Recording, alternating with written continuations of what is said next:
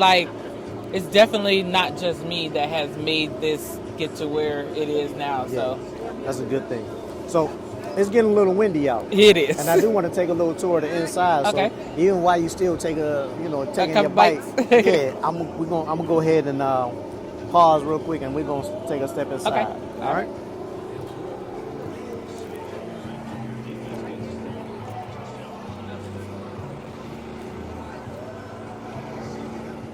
What's up, everybody? Keelan Bilal here, pro barber plus barbecue baller, and welcome to my culinary experience series where I'm going to be pulling up to your job site, your backyard, your sporting event, your barber beauty shop, with a meal cooked on site while I interview you in between bites. Let's go.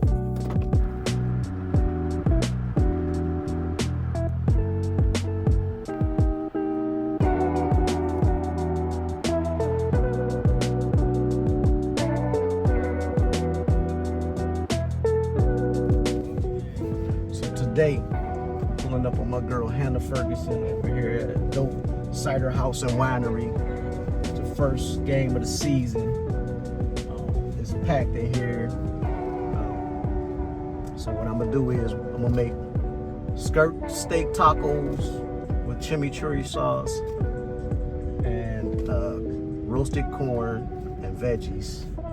And I'm gonna do it all on the Nomad grill, because no matter where I go, you know what's with me. Let's go. Just gonna walk up on it real quick. There you go. What's up? Hold that right quick. Okay. Surprise, surprise. You thought it was gonna be just a cool day chilling with the friends, right? Yep. You getting cooked for today. Oh, me? This is your turn. This is your turn out here. I got pulled up on. Got pulled up on. She got pulled up on. Yes.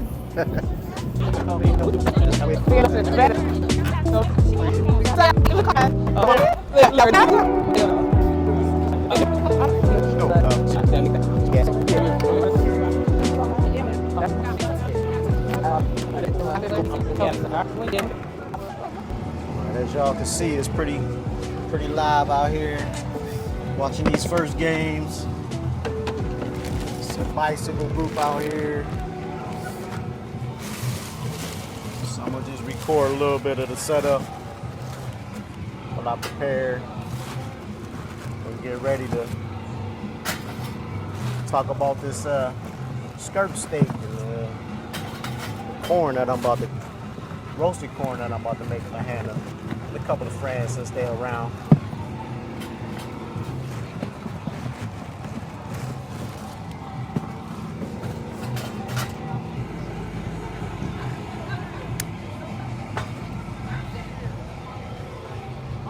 So while this fire is getting hot, I'm gonna go ahead and start preparing these veggies.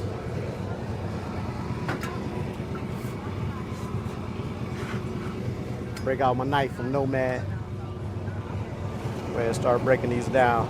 Got your red pepper, fresh sweet onion, some green onions, and some cilantro, and some hand-picked tomatoes I got from the garden. Always best to have your own stuff. If you're growing it at home, it's definitely the best. Definitely the best. So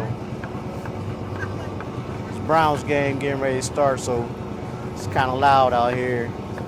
But what I'm gonna do is I'm gonna set this up. I'm gonna make this for some of this for the after to garnish the tacos with, and some of it is gonna be for the fresh pico that I'm making. That's what these tomatoes is for.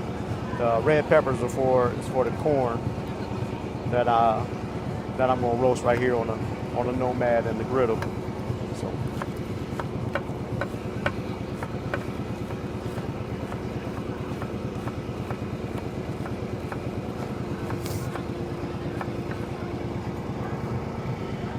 So, I'll start cutting up these red peppers. Getting it ready for our roasted corn. Just take out those middles. Take them seeds off. I like to cut them in quarters like this just so I can first kind of slice them like a large julienne. And then I dice them after that. So after that, I'm gonna do these onions. I won't bore you with all them cutting, with my cutting skills, but. Can I throw this in here? Sure. Thank you. Yeah, what are you making in here? I'm making skirt steak tacos with roasted corn.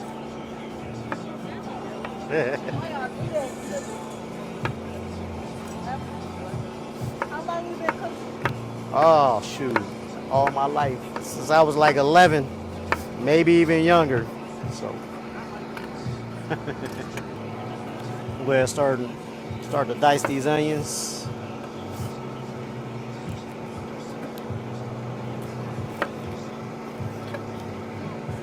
Also going inside of the corn. It's basically a roasted corn salsa.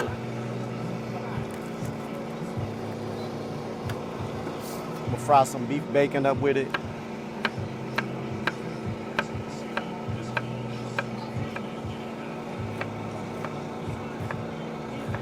Make it easier if you just slice down the lines first and then go across the grain. Chops them up really nice for you. Already got your dice going. You don't got to do a whole lot of dicing and finagling.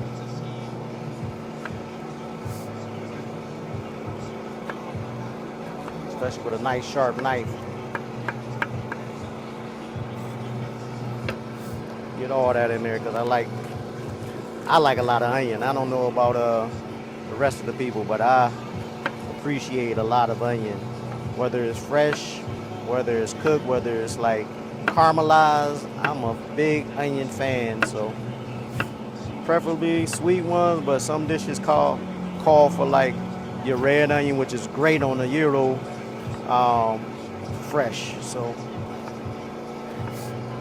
but here we're using the sweet Vidalia.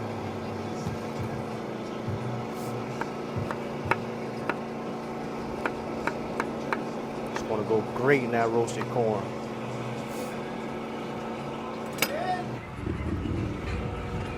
So as y'all can see, well, I don't know if you can see, but my charcoals are getting nice and hot, nice and white around it. So what I'm gonna go ahead and do,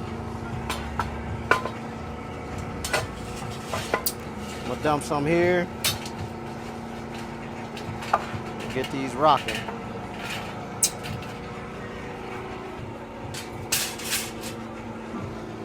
Good and hot, good and hot.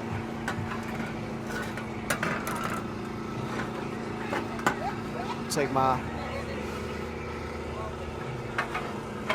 Nomad shovel, go ahead, shift these around. I want this piping hot because on the skirt steak, what I'm gonna do is I'm gonna sear it really good. Then I'm gonna put it to the side, let it cook the rest of the way off the side of it. So just that indirect heat after I get that nice sear on it. These coals are looking great. So get my grate ready.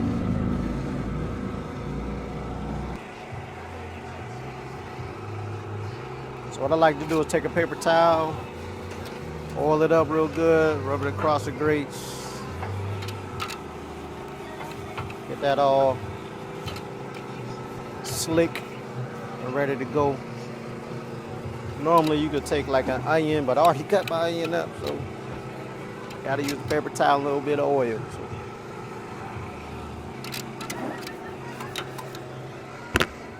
So I done had my skirt steak marinating. Some butter, some garlic, some Worcestershire sauce. Really, I would like to do it overnight, but it's been marinated for about 4 hours now. I know some people like to put the meat on the grill dry, but the butter and everything on there, seasoning, the garlic, is gonna make it non-stick. And these ain't gonna have to cook long.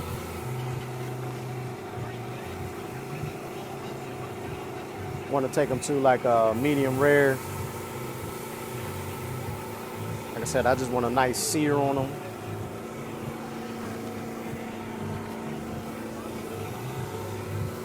Both sides, and then I'll flip it, move it to the other side. I may close grate a little bit just to get some indirect, and maybe put a chunk of cherry wood on there, sort of smoke get a little more smokiness flavor to it. Once I do that and I cut it up, I'm gonna pour this butter garlic sauce over top of it again, and then add the chimichurri, some homemade chimichurri that I got from a friend. So I'll see y'all in a minute. All right, these been on here for about 5 minutes. It should be looking good on one side. Ooh, look at that color. Look at that color on there if you can see it. So good flip.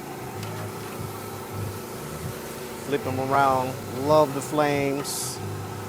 Love the flames. You want that good char. Skirt steak is a nice kind of fatty meat. So it got those layers in there. Causes all that deliciousness, all that good flavor already embedded inside of the steak. So that's what I'm hoping for with this char. After this char gets on both sides, that's just gonna add more to the flavor. Like I said, I'm gonna do some indirect smoking real quick. I'm not gonna take really long on the smoking side because I really want it to be a nice medium if I can, and then take it off, slice it up, pour this good sauce over it. So as you can tell from the smoke, it's like super windy out here. So it's been about another 5 minutes. I'm gonna check it, make sure, man, those grill marks are perfect. I can feel it, still juicy. I'm gonna break out my thermometer just to check the temperature on the inside, but that is looking perfect. So I'm gonna go ahead and slide it over to that side that doesn't have charcoals on it. I'm gonna lift this up, and then I'm gonna put a nice little cherry chunk in there.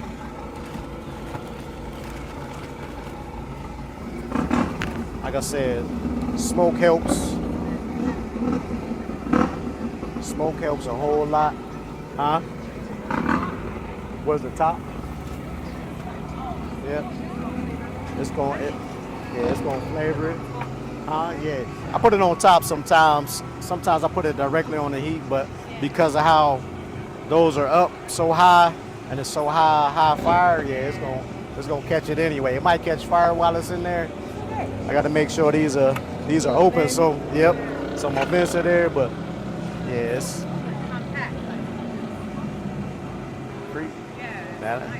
I love this thing. So what I'm gonna do is I'm gonna pull this off right now.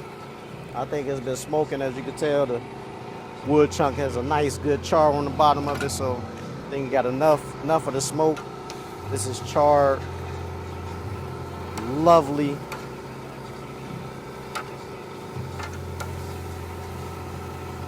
I'll go ahead, check the temperature of it real quick.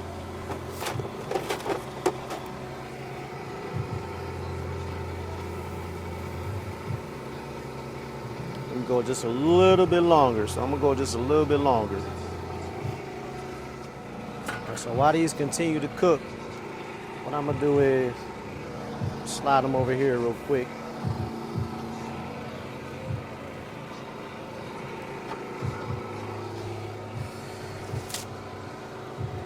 I'm gonna take this off, rearrange some of these coals so that I can have them for my corn. Let's begin to roast this corn on the griddle. I'll put a few of these over here just to keep the steaks going, keep that flank steak going. And I'm gonna use the rest, maneuver this around so that once I can put this corn on, once they start nice and hot. So, of course, that's the versatility of this grill. Got the griddle that comes along with it.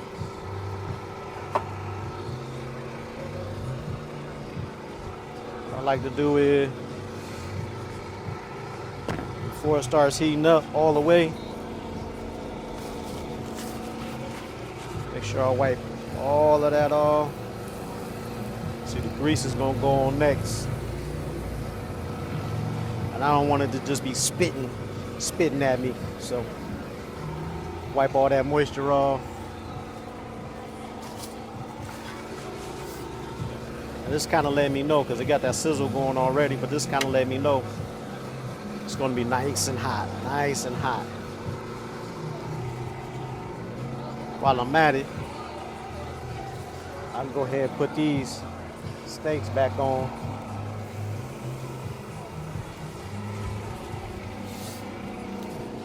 As you can hear that. And I'm gonna start out with some good old bacon. Beef bacon, that is. You know, I don't play around with no pork, so go ahead and start out with some beef bacon as this gets hot. Slice that up because I want this to be the base of flavor for that corn that's coming next. So I'm gonna put the onions, the peppers, and everything in as the corn begins to, right before I put the corn in. So it'll be bacon, onions, peppers, and then the corn. And I'll see y'all in a second. So I'm gonna go ahead and throw this good beef bacon on.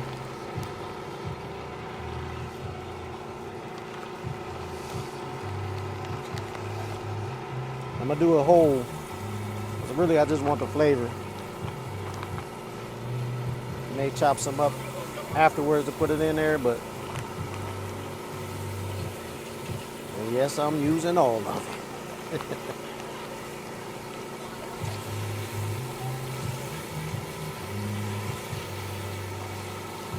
Good and fatty. Just gonna make sure that corn, them peppers, them onions has a great flavor to it. A little bit of smokiness, smoky and sweet with the corn. This thing is hot. It's just, this glove is very protective right now, so.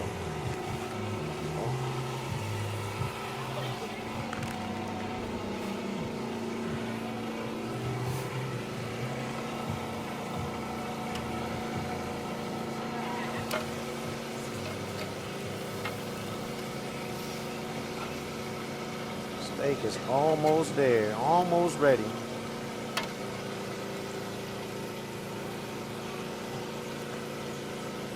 I'm gonna chop it down real nice and small.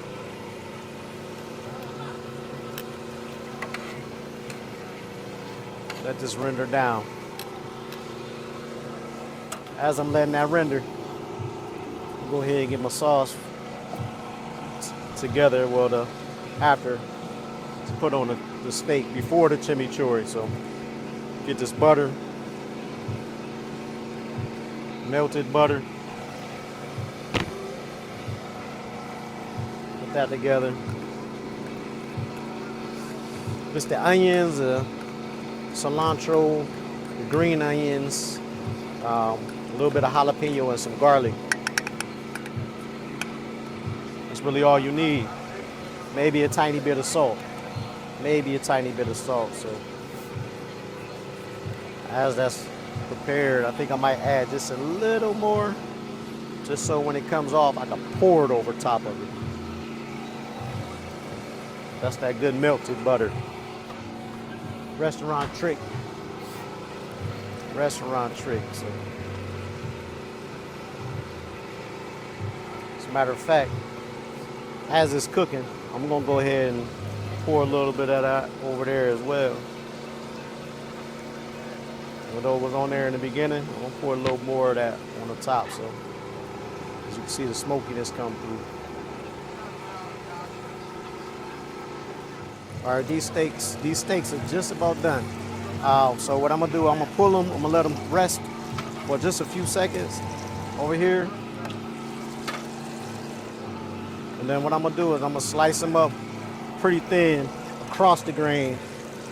I'm a barber, so the difference for me is when I cut hair, you go one way is with the grain, the other way is against the grain. So when they say cutting the steak against the grain, I think that's wrong technically. So I'm gonna cut the grain across it so you get smaller fibers as you slice. As I let this rest and this bacon is coming down, rendering down really good. The fat is real good in there. I'm gonna start preparing that the corn salsa and stuff like that. So I'm gonna get ready.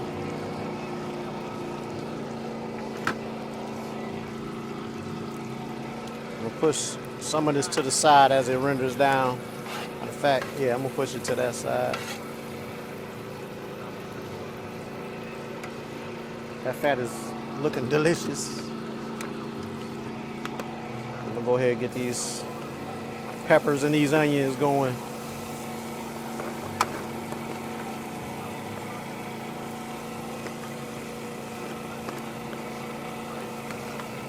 Season them still. I'm still gonna put like a nice little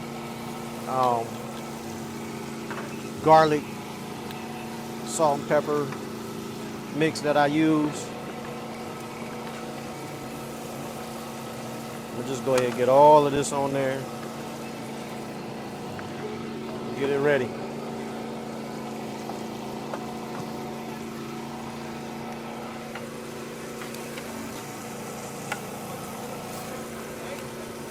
So then the seasoning that I use, I mix it up myself. I call it really GPS, so it always helps you find your way to good flavor. And like I said, it's a good garlic, salt, pepper, small bit of brown sugar, a little paprika in it. But the main base is garlic. It's heavy on the garlic. I like a lot of garlic in my stuff. So let that start going. And that, right now, I'm just using frozen corn, so that's all we got right now. Usually I would go ahead and take it off of the cob, but good frozen sweet corn is really all you need.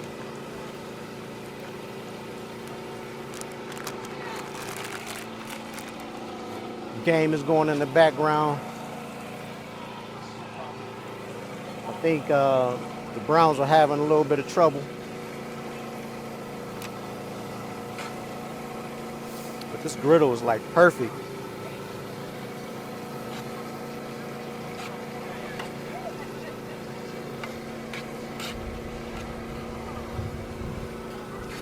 Mixing it up with all that bacon fat, beef bacon fat. I want to keep reiterating that because you know, I do not eat pork. A lot of my people around me do not eat pork, so I don't ever cook with it.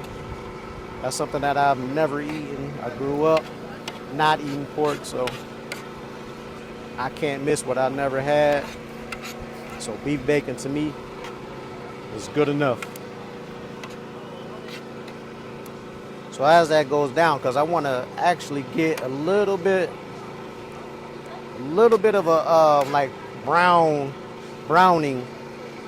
on the bottom of that. So I'm gonna spread it out and I'm gonna let it sit a little bit on this griddle so that it can brown on the bottom. The natural sugars in the corn can go ahead and brown up on the bottom, which makes for the best roasted corn you can have. So as that sits, I'm gonna go ahead and slice these up. These have been sitting and resting for a little while. So again, like I said, I'm gonna go across the grain and I'm gonna do really, really thin slices. These corners are a little more done than well, which is quite okay with me.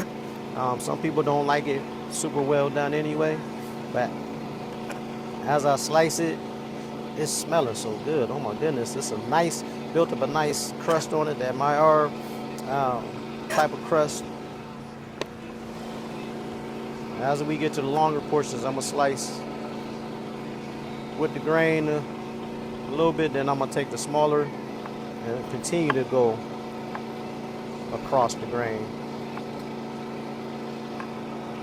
These are, man, that crust is really good. I really want to taste it, but pretty much, I think it's going to be good. I think it's going to be good. These tacos are going to be excellent. A little more people than I expected. I thought it was only going to be a couple of us down here with Hannah as we watched the game. So I wanted to surprise her as we pulled up, but turned out it was an event happening as we was here. So it's all good. A couple more people going to get fed. Hopefully I have enough for a couple more people. So, and this little smaller portion of the skirt steak, we'll slice that in half as well, because it's at an angle that is a little weird, so to get it across the grain, you gotta, haha, my man, gotta slice it in at a different angle on this one, a little smaller portion. But it's all good. It's looking good, smelling good. Hopefully these people gonna tell me that it tastes delicious. So what I'm gonna do, I'm actually, instead of what I was planning on doing and pouring that on top of it, I'm actually gonna slice it a little thinner, and I'm gonna put it inside the bowl that has, take it easy, that has all of the butter, the cilantro, and all that in it. One, is gonna prevent me from tasting it. Two, it's just gonna soak all that goodness right in as we prepare, because what I'm going to do is I'm also going to cook some of these taco shells right here on the griddle as well. So my wife loves it when her tacos are cooked. She doesn't like them just straight out the pack, which me, I don't care, and that's just because I be hungry and I like my food immediately. As Bernie Mac would say, immediately. So these are coming out really good. I could tell over there, I could hear it sizzling, that corn is breaking down really, really, really nicely. So hopefully it'll be done. I don't know if you can see behind me, but it's a few hungry folk back here that are looking forward to some of these tacos. Hopefully I'll give them a treat. They've been hungry for a little while, I think. Although there's been food trucks and stuff down here, so maybe they got a snack before I pulled up.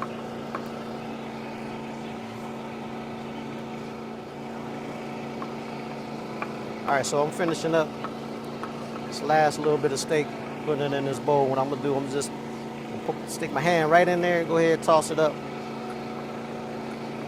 Tupac would say, toss it up. Put it right in there. Get all the chunks, get all that goodness. Start mixing it up. That cilantro should permeate all of that. Fresh onions, fresh green onions. That garlic in there. Oh, lost a little bit. Put that right back on in there. Don't lose nothing. And actually what I'm gonna do, since it's in this bowl, I'm gonna put it right across some of these coals right here so that it continues to stay warm. It's a little windy out here, so you know food is gonna cool off a little more than I wanted to, but it's all good. This is cooking down great. See, this bacon is looking good.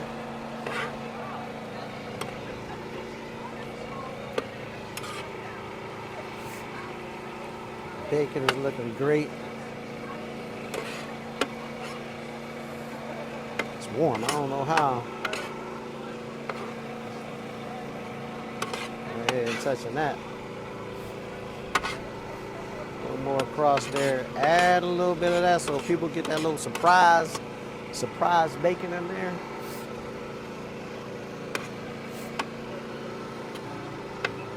Let it just cook down.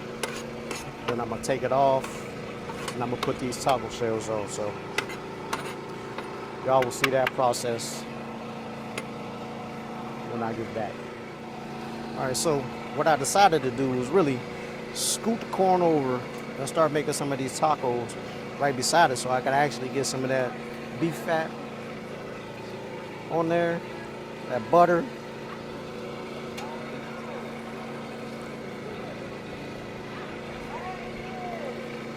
That butter going on the corn with the corn tortilla. Well, this is a flour tortilla, but the corn with the flour tortilla, it's gonna be perfect. As these tacos still keep it warm over here, as the skirt steak is still keeping warm.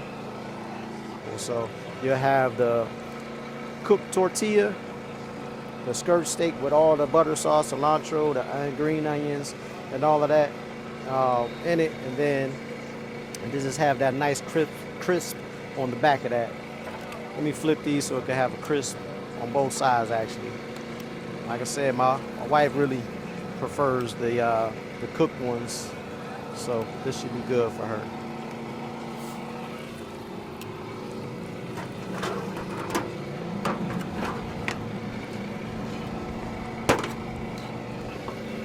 I got a little crowd, so I'm gonna get a few of them. Of course, I'm gonna serve the guest of honor as well, and we're gonna sit down and have a nice little chat about her business and about how this came about. So I'll see y'all in a minute. All right, so now I'm gonna go ahead and serve Hannah after everybody else was served. So the guest of honor is here. I'll get myself a plate as well. We're gonna sit down and have a nice little conversation about how Dope Cider House and Winery came about. But right now I wanted to go ahead and grab yourself a plate. And I'm gonna stack you up with some of this skirt steak. Put a little beef bacon in there that I crisped up on the griddle as well. Oh, my fault. But, taco shell. That's on me. oh, okay. That's on me. I'm gonna put some queso fresco on there. And I'm gonna also add some of this chimichurri that Wanda Sheldon made, actually. So just a little bit goes a long way. It should be really good. And then I'm gonna get you your fried corn. You go ahead and have a seat, and I'm gonna prepare myself a plate, and I'm gonna meet you over there. You Okay. get this fried corn too.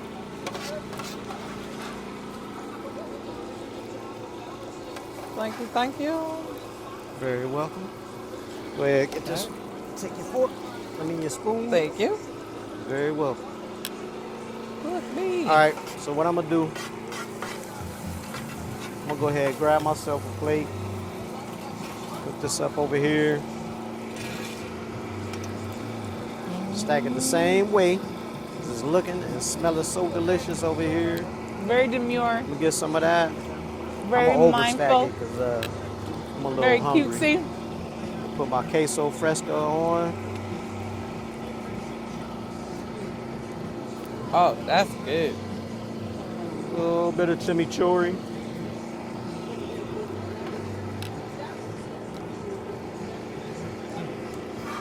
Put that to the side. Man, Give me a little bit I of need this more of fried this corn. corn. And I'm gonna slide that to the I corner just because fatty more corn. sit down I and just do took a this little interview. taste. I can't wait. but it's looking good. Looking really good. Oh man. Oh yeah. Alrighty. Oh, yeah. We're gonna go ahead and sit down and break bread now. Now that I'm finished with Yes. the cook. That's always a little process, but I enjoy doing it. Hanging out here in the sunlight, watching the game, listening to it in the background, so that's always good. So I'm gonna introduce y'all to Hannah Ferguson, owner of Dope Cider House and Winery down here on the east side of downtown area, right next to Penguin City. But we're gonna give her own shout out because I think she deserves it well. So Hannah, how did you come about creating Dope Cider House and Winery? All right, so Go ahead and eat while I'm talking too. Like so we gonna get sloppy. it's gonna get sloppy. Yeah. So it came about kind of just from a hobby. I have moved back home. Sorry, I've been waiting to do that. Oh my goodness. Moved back home. I had lived in Orlando for a while. Moved back home. And I was just looking for something to do. I was like, it was like kind of like weird. I was like in this like weird place, like battling depression, different things like that. And I just wanted, and some of the things that I used to love to do, I just couldn't get back into it. So I actually reached out to like my stepmother's cousins. They had been making wine probably for like 30, 40 years. And I was like, hey, can y'all just show me how to make wine? So I went from there. I started to learn how to make wine. Went from 10 gallons to 20 gallons to like at one point I had 70 gallons of wine going at one point. And it was just like kind of like from there, it was encouragement from like my family, my friends, to kind of pursue this on a larger scale. And that's when I like kind of started to do my research, and I like realized like with that I didn't have to own an orchard, I didn't have to own a vineyard to do what I currently was doing on a professional scale. And so I like took a couple like classes just so I can learn how to do a business plan correctly. I had never done that before, and I started off with that, and it was literally probably like 5 years in the making. And I was like ready to just like kind of like give up, because I was just like, all right, I haven't found a spot, haven't raised enough capital, different things like that. And then I got this opportunity for this space just when I was like getting ready to just be like, all right, I'm cool. And yeah, we got to celebrate 2 years a few weeks ago, August 20th.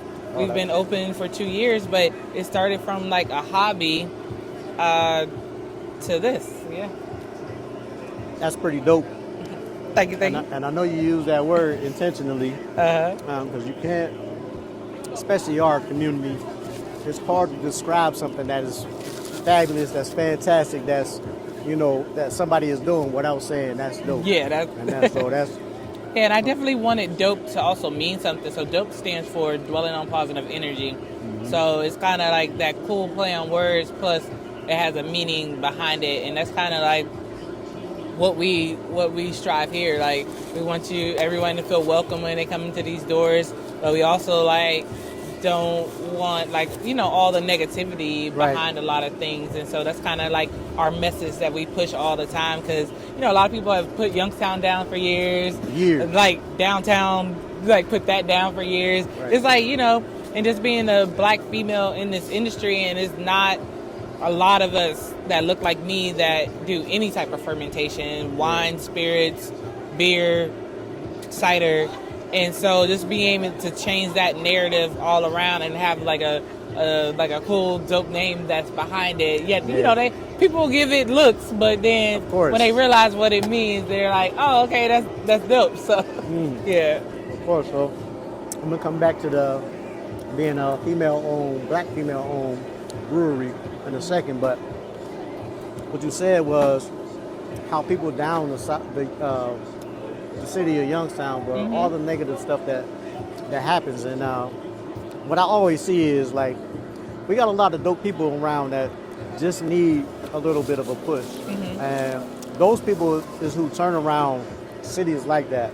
And when you build on that and people come to help and support you, that's a beautiful thing. What I love is the support that Kingwood City gave to you, giving you that opportunity. But like you said, when people come in here, it is an atmosphere that's really chill, really mellow vibe, and it's positive energy all the time. And I like to say, it's our local Cheers. Yeah. Because you come here and, you know, everybody knows your name, you know, for lack of better terms. But as soon as you walk in, the energy is right. People actually say your name when you come in, and be genuinely happy to see you come when you come and sit down. So I love that feeling about it. Thank you. You know, I'm here every Thursday, every Friday. I try to come down here because it is a nice chill spot. You have games and stuff that you play, that we play here on certain Fridays, certain Saturdays. What is it that how do you draw people in other than just word of mouth? You know, I kind of think it's mainly word of mouth. Like, I think I need to get a little bit better with my social media presence. But thankfully, it's been that encouragement, or maybe someone will see something that's like, oh, you do music bingo, oh, you're doing trivia, oh, you're doing this, and then it's been that pull. But mainly, it has been word of mouth when people hearing, you know, about it.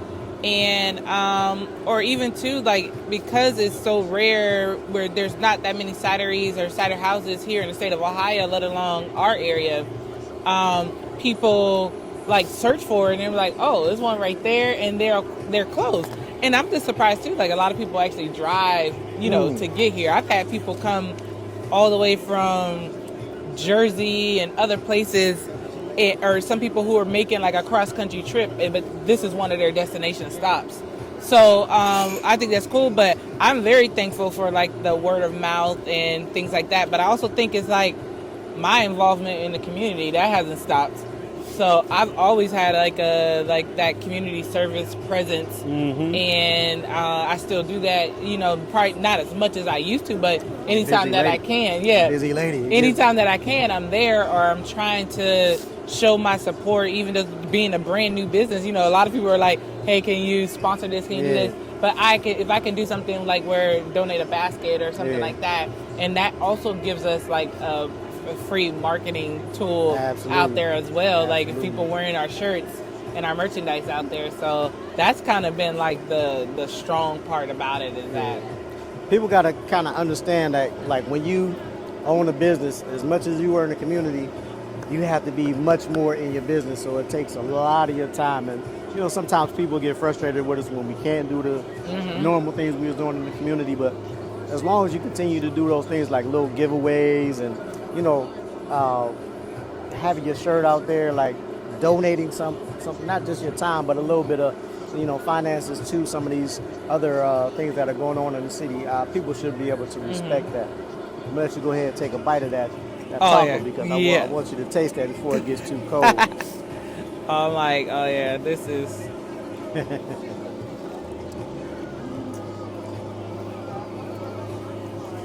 Oh yeah. That sauce is good too. Okay, Juan. Right. She put her hand in that chimichurri, right? Mm-hmm. A nice little bite of vinegar and the sweetness with it. Yep.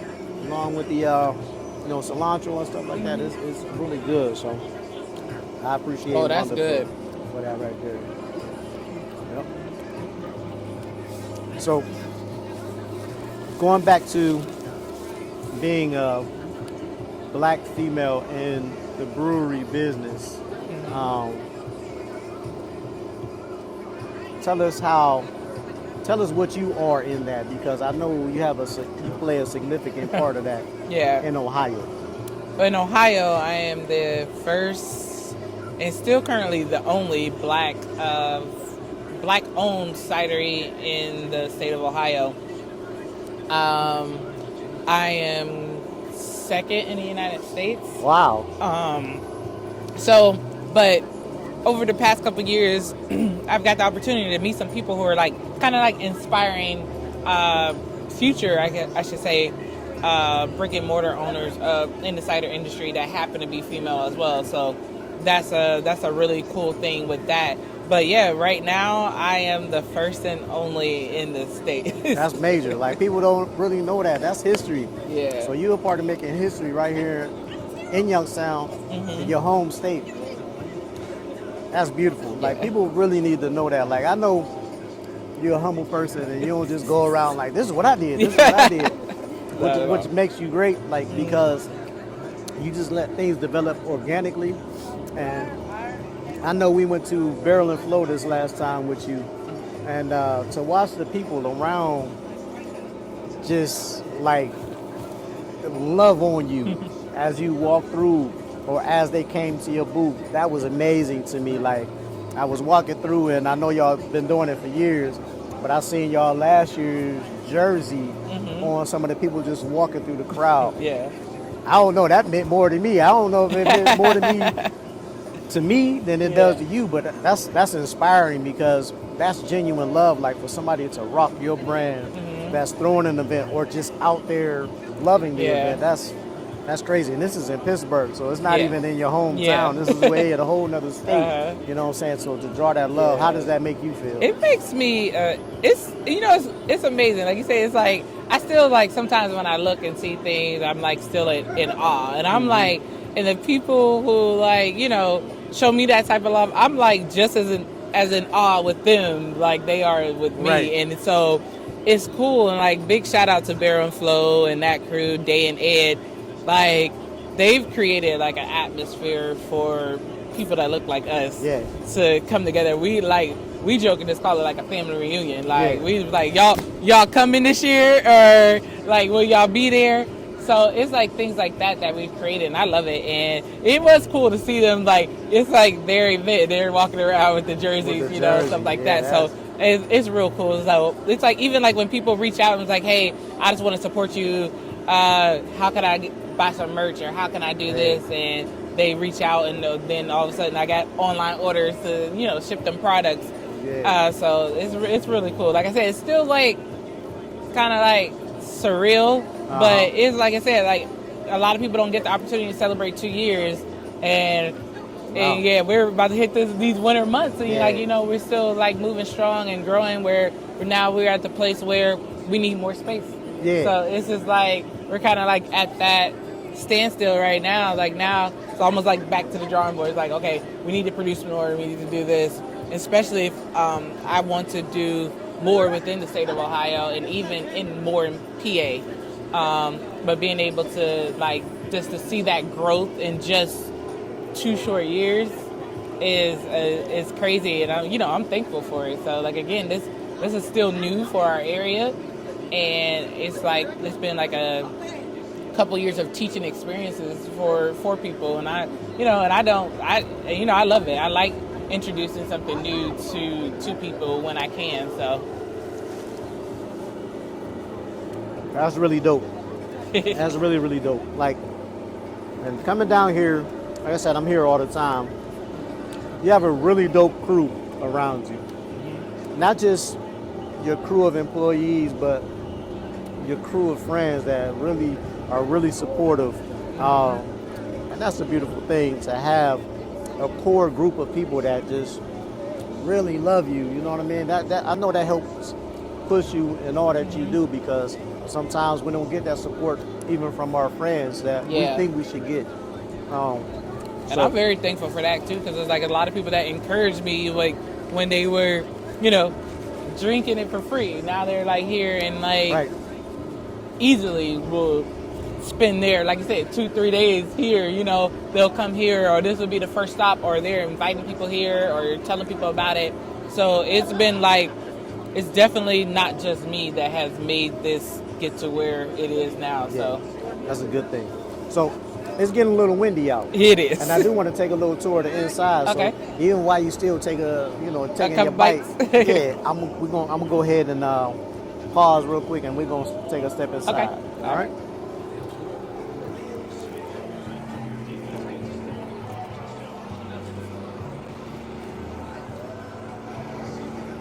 Youngstown oriented, got all the street names, most of the popular street names, and of course some of the ones that you can add on your own to be able to like sponsor or like purchase, so that it can be displayed on the wall.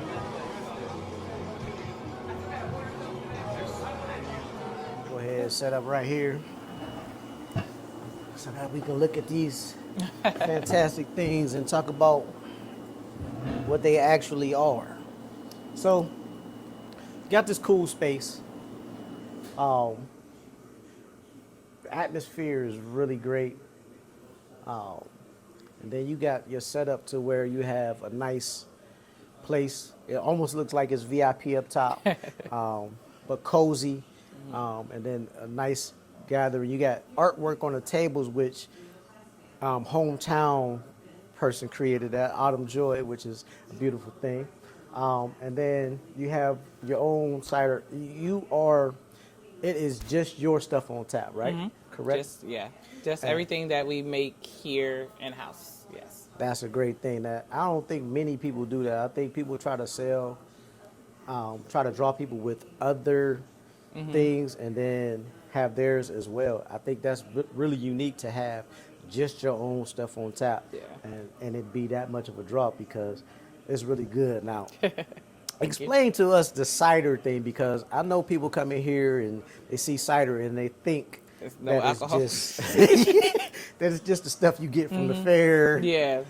So explain that process, a little bit of that process, not to go all the way Yeah. scientific with it, but But it's pretty much the cider process is pretty much the same as the wine process.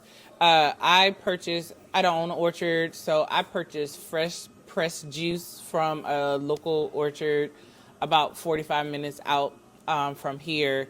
They have an orchard, and I purchase my juice from them. But they do pretty much all the hard labor. They press it, everything. All I gotta do is come and pick up the juice and bring it back here. But we take that fresh pressed juice, and it's super sweet. So if you ever tried cider again at one of the local farms or something, how sweet it is. That's exactly how I get it here. And I start off with like kind of measuring how much sugar is in it. And then, but by us knowing how much sugar is in it when we first get it, will let us know how much alcohol content will be at the end of the fermentation process. So pretty much I got the juice. The juice is usually at 35 degrees or something. It's usually super cold. So in order for me to ferment it, I have to at least get it to 60 degrees room temperature before I add the yeast in there. And again, all fruits, all natural fruits, they always have their own natural yeast inside. So if you ever set like a gallon or whatever of cider that you get from the farm or something like that, if you ever just left it at room temperature, it'll start fermenting, even if you leave it in the refrigerator long enough. If you ever open it and you get a little fizz or something like that, it is actually starting the fermentation process and it's turning into alcohol on its own. We add yeast in ours just to kind of kick it up on a faster way. But again, like I said, we have to usually wait till it gets about 60, 65 degrees. And usually after that, in about a week and a half, the full fermentation process is done. So the yeast has eaten all the sugars in there. So then you get an absolutely bone dry cider. Like you can still taste the apples, but there's no sweetness to it at all. So so I will measure again the sugars, as if there's any left in there. I'll see where that is, and it'll determine. I'll do like the calculations from the beginning, where we call original gravity, to final gravity, and you just do those calculations, and then you'll be like, okay, the cider is now at 7% alcohol, just based off of that. And then once I do that, I turn all these fermenters behind me are temperature controlled. So again, we can control the temperature into cooling it down. So I will take it from wherever it's at 65, 70 degrees, and I will turn the temperature down on the fermenters using glycol, and I'll bring it down to 34 degrees. And that's what a process that we call cold crashing. And then in that process, it could be like a few days or a week. It depends on how I feel or how it's looking. All the sediment and stuff like that that's in there will fall down to the bottom of the cone in the fermenter. And then I can, like what we call dumping the yeast out, and then it clears up. So the cider, when it's usually like a super brown color, is now pretty clear. And then that's where I go into, after that, I go into like my blending. I'm usually kind of like a non-traditional cider maker. Right. So I like to blend, and I use 100% fruit concentrates that I get. So that's how I'm able to get the different flavors that I use for the ciders. That's how you're able to come here and get pineapple. You're able to come and get mango, blueberry, blackberry, things like that. And that's because I use the juice concentrates and then those juice concentrates brings the sweetness back, but it also gives it the flavor of that fruit that's in there. So you'll still always kind of get like a hint of the apple in there, but then you'll get the other flavor as well. And so And that's what I do. And then once, like I said, pretty much from beginning to end, I can have super sweet juice to alcoholic cider within 2.5 weeks. So, the cold crash, does that stop fermentation right there? Yeah, So it's it will kinda stop it. Yeah, because I can even stop it before it stops itself if I wanted to, just by bringing down the temperature. Gotcha. Because the yeast feeds off sugar, and the yeast feeds off of the warmth. Heat. So Gotcha. yeah, So it's kind of like basically when you do blanching of something, like for chefs out there, when you cook a vegetable like asparagus or something, you take it right off the fire, you put it into that ice bath. and it stops Stops everything. the Yeah. cook process. So Cool, that's cool, pretty cool. much what that is. Like the winter is not 100% my friend for the fermentation part here, because it's harder for me to get it at the temperature. So sometimes if you come in here or something, and I have bought these like commercial heaters, because right now I don't have a way to heat up my juice. I have a way to cool it down, but I don't have a way to heat it up. So I'm like pointing space heaters and everything on them. Try to keep Like it I was off. like, I needed to get Keep it from I crashing. just need you to get to 60 degrees. That's all. Because usually once like the yeast starts working, it'll like stay heated. It kind of warms up itself. Like it can be 60 degrees, and all of a sudden I look in the tank and it can get up to 70 just from it like working and warming up on its own. But I needed to get there. You know, like I said, the winter is the hardest part to do that. Winter So, is hard on all it's of brutal. us. Hard on all of us. Yeah. We hate it. though. Uh-huh. So, speaking of the tanks in the back, I mean, again, I've watched your growth the entire time, and Yeah. you have a couple in here that's smaller. And I remember when those were first in here, and then all of a sudden, We walk got- in one day, I was like, "Whoa, Yeah. we out here, we Uh-huh. kicking it up a notch right now." So yeah, that's great to see that. Yeah. In the growth, I've also seen, speaking of Barrel and Flow, the collaborations with some major companies. Talk about that a little bit. Yeah, I got that. Like probably along with Barrel and Flow, I get the opportunity to collab with a lot of breweries from Pittsburgh or businesses in Pittsburgh that are part of Barrel and Flow. But one of my biggest one to date happened to be Angry Orchard. So everybody knows who Angry. Everybody knows who Angry Orchard is, and it was cool because I knew they were there, but I just didn't think. I was like, okay, whatever. And then I got a call, and Dave was like, "Hey, I'ma pair you." Or I don't know if they requested, or it was like them talking. But I got the opportunity to work with Angry Orchard, and Angry Orchard, the actual orchard in Walden, New York, is not what we get commercially nationwide. So I got the opportunity. It was a 6-hour drive, but it was a beautiful drive. 6-hour drive to go to Walden, New York, which is in the Hudson Valley, and to their actual orchard. So pulling up there and just seeing it, I'm like, oh my God. So it's like 60 acres of apple trees. They have one tree that's on their property that's not an apple tree, but it's this giant tree that they were on this show called like Treehouse something. Like it's like on the Travel Channel or something. And they came and built a treehouse. So it's like a treehouse bar that sits right on their orchard. That's but fire. yeah, so I got the opportunity to walk the property, to hang out with the head cider maker, and meet pretty much their whole team. And then we just decided, kind of like went through there to like what we wanted to do. And they were like, hey, we have the juice, we have the stuff. Like, what is your idea? So we actually came up with, we did a rum barrel aged POG, which is POG is POG, which is pineapple, orange, and guava.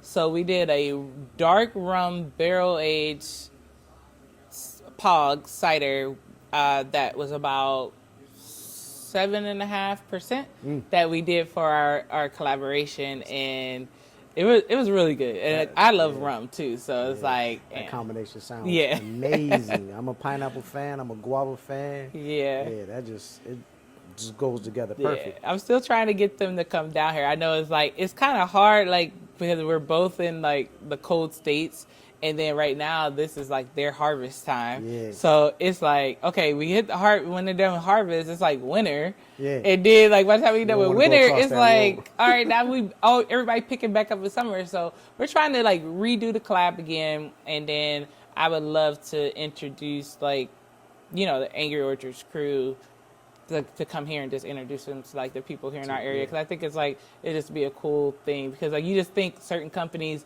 aren't, get to meet like people like you think like that, and then they're just some everyday people that just love making cider. But like I said, like the actual orchard is completely different than what we get. It's like 12, 15 different ciders on property. Yeah. So They hold back on a little bit of stuff. we only get a couple Yeah, things. it draws you to them like that, though. That's a good thing that they do like that. Yeah. So I know you have another collab here that you did this year. Yeah. I don't know the name of that company. So I just Yeah. remember Angry Orchard. I did, well, the collabs that I've done so far with for the Barrel and Flow experience, my first one ever was with 11th Hour Brewing. We just did a straight beer. That was like kind of like right before I truly opened. We did a beer with them. Then my second one was Angry Orchard. My third one was with Threadbare. That's a full cidery. So we did a dry hopped, what's that pink fruit? Why can't I think of Dragon fruit cider. yes. And then this year I collabed with the brewery this year, and we did what is called a graph. A graph is half cider, half beer. So their style beer that they chose was a wheat beer, which is a little bit more citrusy. You get a little coriander in there, a little orange peel. And then we did, we did a co-fermentation. So instead of me fermenting and blending here, we fermented them together, and then we added guava.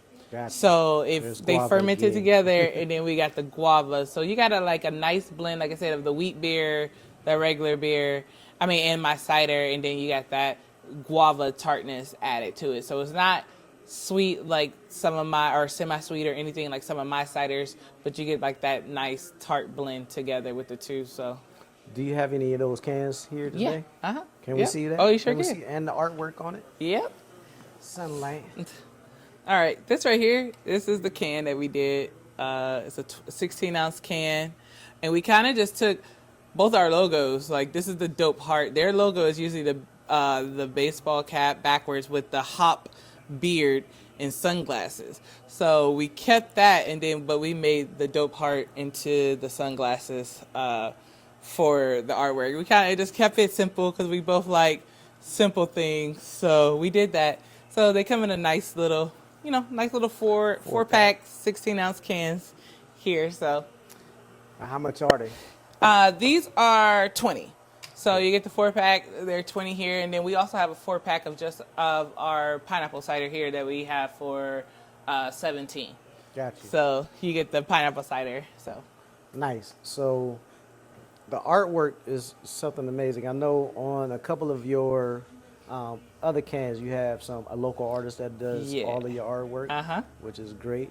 I like when you keep it local. It helps the economy. It helps the community build their Yeah. thing. So that's always a beautiful thing. yeah, that's a cool thing. I got last year. We didn't really put them in cans in our collaboration last year, but I made a spinoff because we had some really cool artwork from Autumn Joy, who did the artwork for the dragon fruit cider. And then when I did my collaboration with 11th Hour, I got the opportunity to use. I got the label up there.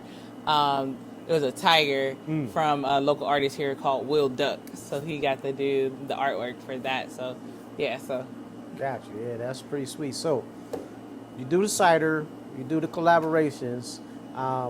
What I don't think people really know, because there's a second part of your name. It ain't just cider house. It's cider house and winery. yes. You also do wines as well that you have right here. So I know you have 3 that are.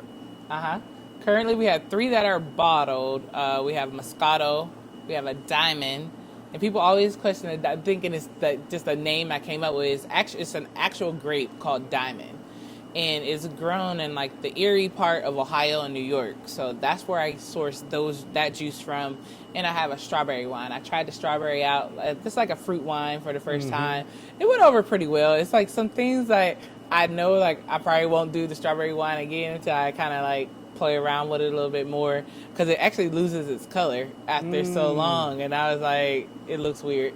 So like anytime, like if you ever have a strawberry and just kind of gets old and it looks like a brownish color, that's what it was doing. Like that, and I was just like, but it still tastes the same, smell the same, but it just looked, because they look cute. fermentation has stopped anyway. Yeah. It's just the color changed. Yep, the color just changed, and I was like, yeah, I don't think I like this, but it didn't do it to like all of them. It was like maybe like just one case did it, so it was like interesting to see and learn. And then when I talked to some people who have done strawberry wine, they were like, oh yeah, it does that. So I was like, okay, so it wasn't me, so it was good. But yeah, but we have a few more that they really need to be bottled. Like they've more than ready to be bottled. So that's my goal, is to work on that in the next couple months to get the rest of it. I have like 4 more different wines back there that's ready to be bottled. So. Are you letting those names out right now, or are you waiting to surprise us with it? I have no, I don't have a Concord. I have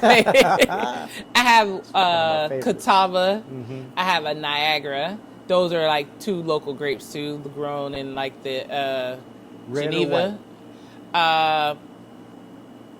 They're a blush color. Okay. So one of them is a white, the other one is like a blush. Then I have a dry red that I'm doing called Marquette. It's another. It's similar. I asked for something that's like similar to a Shiraz, because I love a Shiraz. But again, I try to do, because sometimes like in the wine, you get a lot of kind of like wine snobs.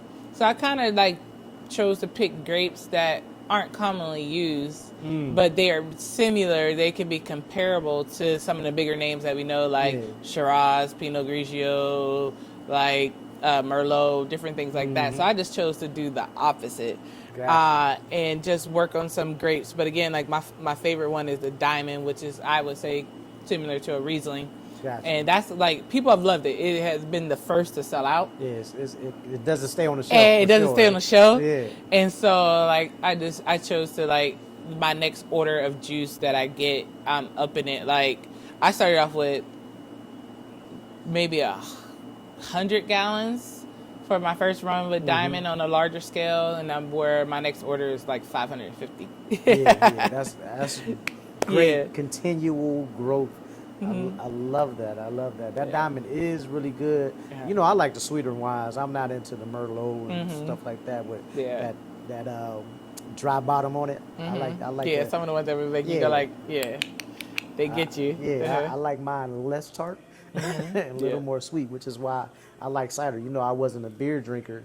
I'm still not a beer drinker, but cider kind of pulled me in the direction of at least having that similar taste where I can enjoy it. And I definitely enjoy the flavors that you have on profile here. Can you name us some of those flavors? Because they are pretty unique in what you do. Oh, the ciders? They're not.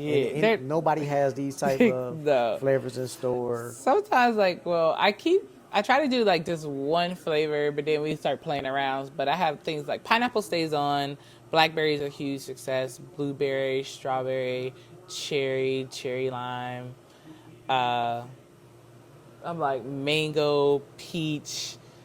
My series, I call my Ocean Spray series. That's what I have fun. I try to mimic the Ocean Spray, but do it with the cider and the alcoholic side. So I have like a cran peach, or I've done a cran grape is a big hit, cran raspberry, cran orange. So I try to play around with that and kind of keep one of those on tap at all the time. But yeah, and then like I get the opportunity to like just mix things. Sometimes the bartenders, they'll be like, oh, we mixed these two together, and people loved it. And like one of the big hits is like I call it like our pina colada one, where we do the pineapple cider, but then we add coconut flavoring to it. And this summer we had it frozen, so it's almost like drinking like a pina colada. So we get to do things like that, and then experimenting more with trying to can more again, but that's also a part of our growth, being able to can more flavors, to have more options for people to purchase. And then we did the fun one this year for Beer on Flow that we called the Uber. It was a mistake of mine that actually turned into something where people are asking me when is it coming back out. So it was a cider that ended up being 14%. So that's why we called the Uber. And I got to add like pineapple, watermelon, and peach concentrates to it. And then I was able to make it blue with a powder called spirulina.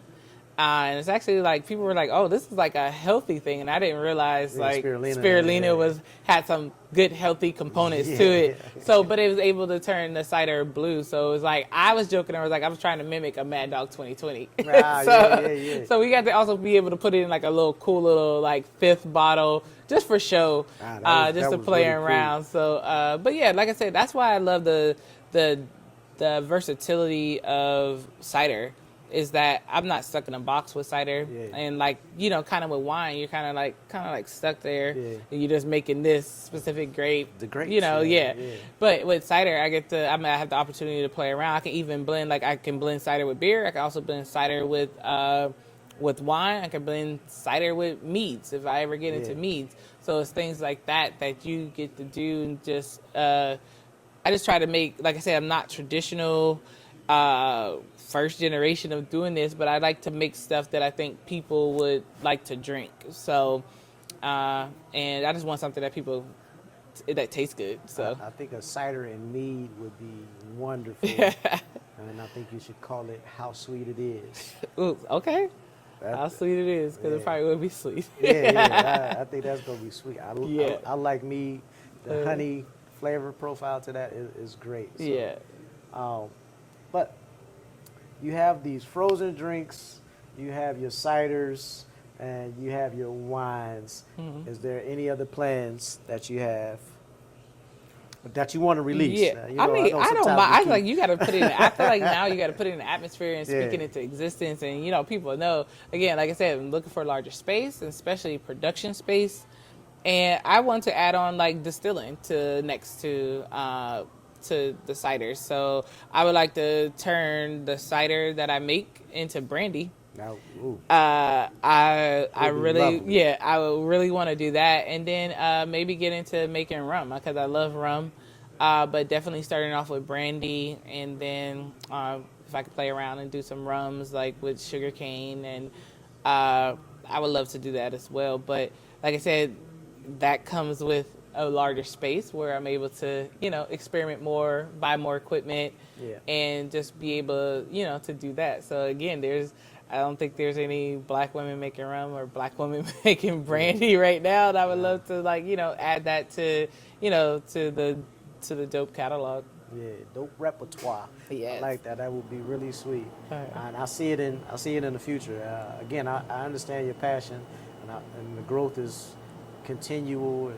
The more you walk through here, the more you see. This is going to be even more amazing each time. As time passes. So that's a good thing. Oh yeah, for sure. And just a dope friend. So that always helps. That's a beautiful thing. So, thanks for letting me invade your space. Thank you. The food was amazing. I hope there's another taco back out there. So maybe, I don't know, because they was out there. They was out there. I was like, Kenny was hunting it down. So we'll see. I didn't expect that many people to be here. When I pulled up, it was.